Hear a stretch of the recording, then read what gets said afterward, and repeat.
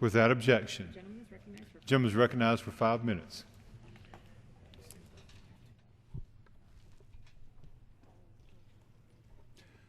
Mr. Speaker, today I introduce H.R. 5353, the War is Making You Poor Act.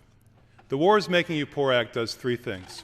First, it requires the administration to carry out the wars in Iraq and Afghanistan with only, that's only, the $549 billion set forth in the President's budget for defense spending, without the additional $159 billion the President has asked for the sake of the so-called emergency war, which now stretches on to 9 years in one case and 7 years in the other.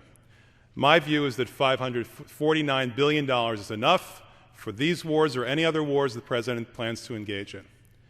What this does, secondly, is that it takes the money that is saved from the war separate allocation, and it uses that for a very important purpose with our economy the way it is and people in America suffering.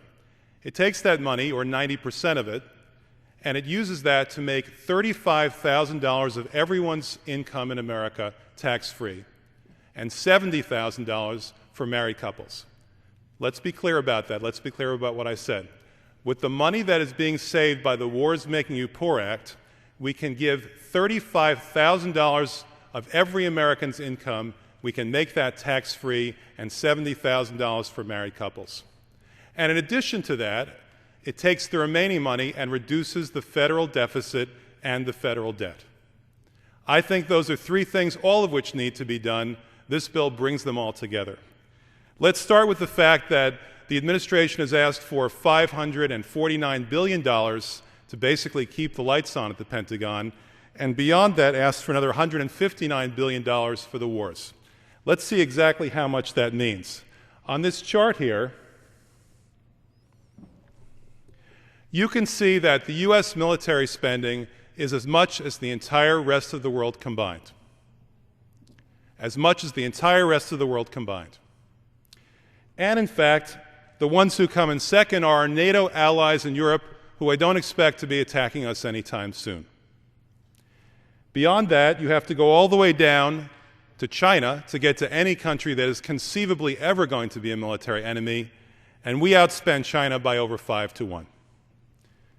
Beyond that, we get into our allies in East Asia and Australia, and you have to go all the way down to Russia, whom we outspend by almost 10-1, before you get to any country that could conceivably be a military opponent.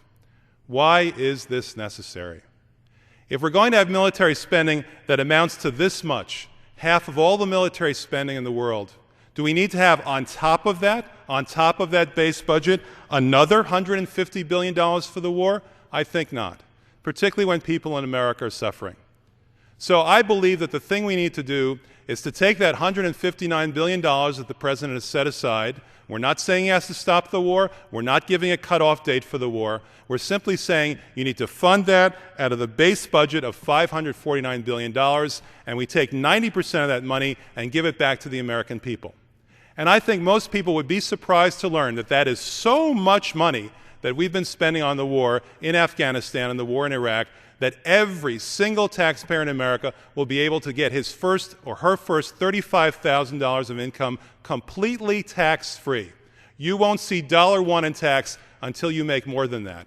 And in fact, almost a third of Americans don't make more than that, so they will simply be excused from the federal income tax system, and all we need to do is to stop separately funding the wars in Iraq and Afghanistan.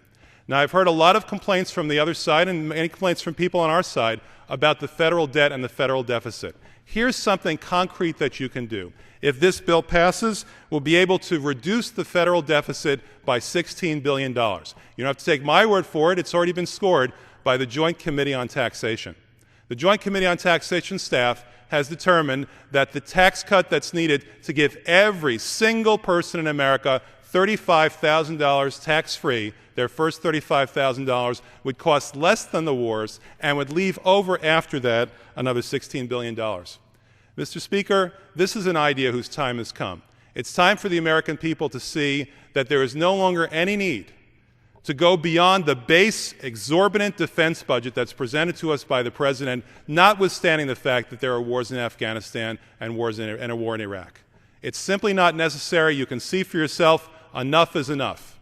$549 billion is plenty, particularly when we're using the Chinese credit card to pay for it all. So I ask for your support, Mr. Speaker, and I hope that the Chamber will consider the H.R. 5353 War is Making You Poor Act. Thank you very much. I yield.